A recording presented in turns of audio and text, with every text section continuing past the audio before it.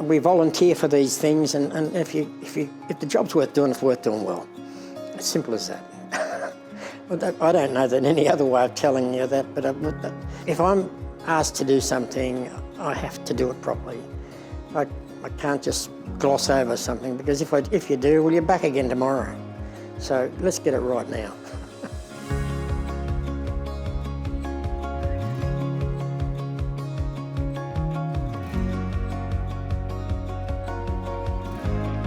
His technical knowledge that has been enormously appreciated by conferences, by regions. He's been able to make sure that the computers are working, or he could train someone to use a database, and those sort of technical things that he does with ease. I wasn't planning to be an NCR technician. I was planning to be a radio station technician.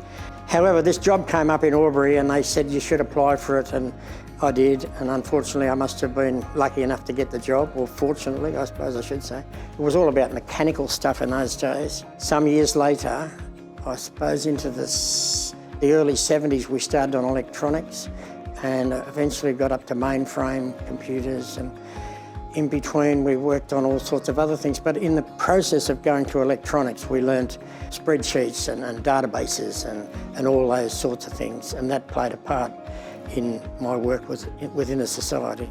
People who often ring up, they need food, but when you actually sit down and speak to them, they might have an electricity bill, they might need assistance with something to do with their children at school.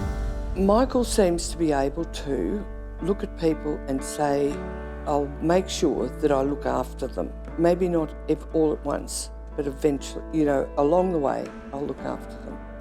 Rereading their stories from time to time, because sometimes you get down and you need to, and it does revitalise your mentality about what you should be doing, because it's very easy to see these people and you see them and you see them and you see them and you think, are they ever going to stop coming back? But for the grace of God go I, isn't it? So we have to, it's not easy to do, and it's difficult at times, but sometimes somebody has to do it. And the ones that really matter, that mean the most to you, are the people that fail to put the hand up and you go find them, and they really are reluctant to ask for help, but they're the people that really need it most. And when you get that odd one, it's like finding a thing in the haystack, But when you do, it does give you a lift. It really does. He was my mentor and educator. That's how I learnt to live in this society, the mentorship. And it's a quiet, encouraging way that he goes about things to assist you. And I think 56 years, we're not going to see a lot of Vincentians with 56 years service in the future, because we all start much later.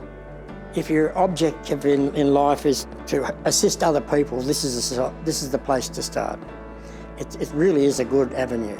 There's no doubt about that, because you don't join the society to get warm feelings, but they come whether you want them or not.